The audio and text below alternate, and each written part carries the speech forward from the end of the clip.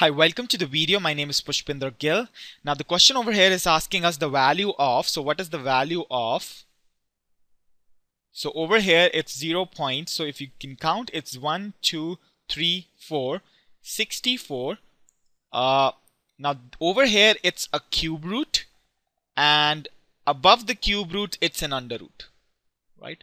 Now understand, cube root of x is actually equivalent to x to the power 1 by 3, and under root of x is actually equivalent to x to the power 1 by 2. And if I combine both these powers and I say cube root of x and under root of x, that would be x to the power 1 by 3 into 1 by 2, which is equal to 1 by 6, right? So because if I just cut this, I'll have to write this as x to the power 1 by 2, and if I cut this, I'll have to write this as x to the power 1 by 2 into 1 by 3.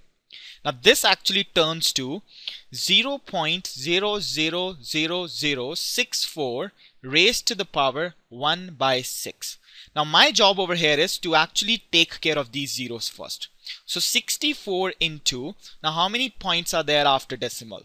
1, 2, 3, 4, 5 and 6. So that will make it 10 to the power minus 6 raised to the power 1 by 6.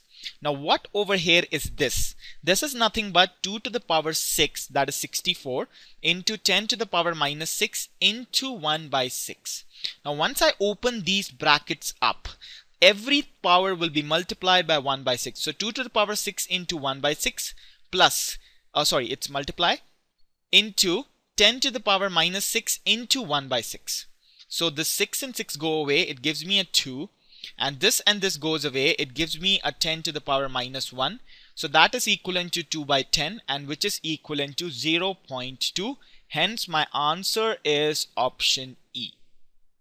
Right?